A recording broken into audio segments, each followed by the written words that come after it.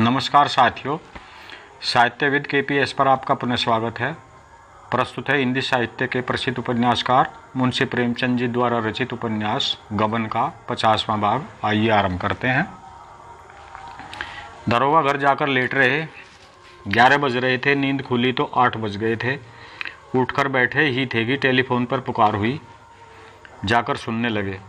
Deputy साहब बोल रहे थे, इस रमानाथ ने बड़ा गोलमाल कर दिया है। उसे किसी दूसरी जगह ठहराया जाएगा। उसका सब सामान कमिश्नर साहब के पास भेज देना होगा। रात को वह बंगले पर था या नहीं?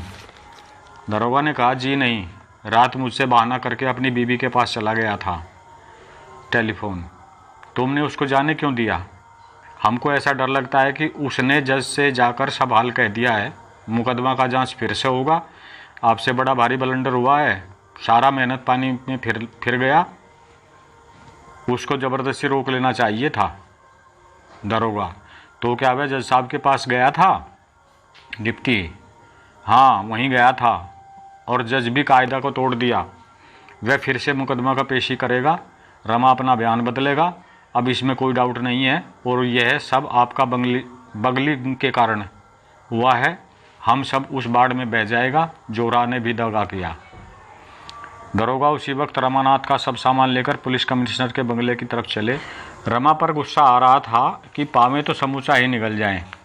कमबख्त को कितना समझाया, कैसी कैसी खातिर की, पर्दा दगा कर ही गया। इसमें जोरा की भी सांठगांठ है। बीवी को डांट फटकार करने का महज बहाना था। जोहरा बेगम की तो आज ही खबर लेता हूँ। कहाँ जाती है? देवी दीन को भी समझूंगा। एक हफ्ते तक पुलिस कर्मचारियों में जो हलचल रही उसका जिक्र करने की कोई ज़रूरत नहीं। रात की रात और दिन के दिन इसी फिक्र में चक्कर खाते रहते थे। अब मुकदमे से कहीं ज़्यादा अपनी फिक्र थी। सबसे ज़्यादा घबराहट दरोगा को थी। बचने की कोई उम्मीद नज़र नहीं आती थी। इंस्पेक्टर और डिप्टी दोनों ने सारी जिम्मेदारी उन्हीं के सिर पर डाल दी और खुद बिल्कुल अलग हो गए। इस मुकदमे की फिर पेशी होगी। इसकी सारे शहर में चर्चा होने लगी। अंग्रेजी न्याय के इतिहास में यह घटना सर्वथा अभूतपूर्व थी। कभी ऐसा नहीं हुआ। वकीलों में इस पर कानूनी बहसें होती। जज साहब ऐसा कर सकते हैं क्या? मगर जज दृढ़ था। पुलिस वालों ने बड़े बड़े जोर लगाए। पुलिस कमिश्नर ने यहाँ तक कहा कि इससे सारा पुलिस विभाग बदनाम हो जाएगा। लेकिन जज ने किसी की ना सुनी। झूठे सबूतों पर 15 आदमियों की ज़िंदगी बर्बाद करने की जिम्मेदारी सिर पर लेना उसकी आत्मा के लिए असह्य था। उसने हाई कोर्ट को सूचना दी और गवर्नमेंट को भी। इधर पुलिस वाले रात दिन रमा की तलाश में दौड़ धूप करते रहते थे। लेकिन रमा न जाने कहाँ छिपा था कि उसका कुछ पता ही न चलता था। अब तो सरकारी कर्मचारियों में लिखा पढ़ी होती रही। मनो कागज शाह कर दिए गए। उधर समाचार पत्रों में इस मामले पर नित्य आलोचना होती रहती थी। एक पत्रकार ने जालपा से मुलाकात की और उसका बयान छाप दिया। दूसरे ने जोहरा का बयान छाप दिया। इन दोनों बयानों ने पुलिस की बखिया उधेड़ दी। जोहरा ने तो लिखा था कि मुझे 50 रुपये रोज़ इसलिए दिए जाते थे कि रमानाथ को बहलाती रहूं और उसे कुछ सोचने या विचार करने का अवसर ना मिले। पुलिस ने इन बयानों को पढ़ा तो दांत पीस लिए।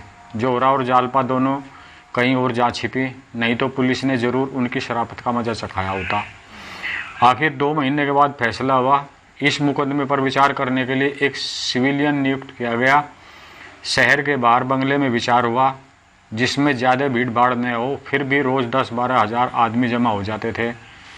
पुलिस ने एडी चोटी का जोर लगाया कि मुलजिमों में कोई मुखबिर बन जाए, पर उसका कोई उद्योग सफल न हुआ। दरोगा जी चाहते तो नई शहादतें बना सकते थे, पर अपने अफसरों की स्वार्थपरता पर वे इतने खिन्न हुए कि दूर से तमाशा देखने के सिवा और कुछ ना किया।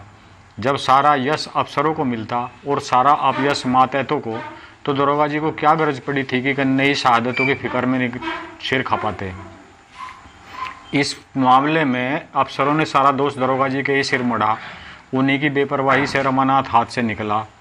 अगर ज़्यादा सख्ती से निगरानी की जाती तो जालपा कैसे उसे खत लिख सकती और वह कैसे रात को उसे मिल सकता था। ऐसी दशा में मुकदमा उठा लेने के सिवा और क्या किया जा सकता था। तबेले की बला बंदर के सिर गई। दरोगा तनज्जुल हो गए और नायब दरोगा का तराई में तबादला कर दिया गया। जिस दिन मुलजिमों को छोड़ा गया, आधा शहर उनका स्वागत करने को जमा था।